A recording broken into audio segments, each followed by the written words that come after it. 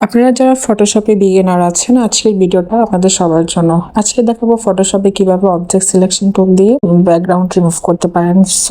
তো object selection টুলটা আমরা নেব, নেওয়ার পরে আমাদের যে অবজেক্টটা আছে সেটাকে আমরা একটা রেক্টেঙ্গেল দিয়ে ড্র করে নেওয়ার পরে দেখবেন যে এটা অটোমেটিক্যালি সিলেকশন হয়ে যাচ্ছে। আর আপনি যদি ব্যাকগ্রাউন্ডটা রিমুভ করতে চান সেক্ষেত্রে আপনি লেয়ারটাকে মাস্ক করে নেবেন। সেকেন্ড আরও একটা অপশন আছে, সেটা যে উপরে একদম দেখবেন যে রিফ্রেশ বাটন আছে, সেখানে যে আপনি অবজেক্টটাকে প্লাস আইকন করলে অবজেক্টটা সিলেকশন হয়ে যাবে।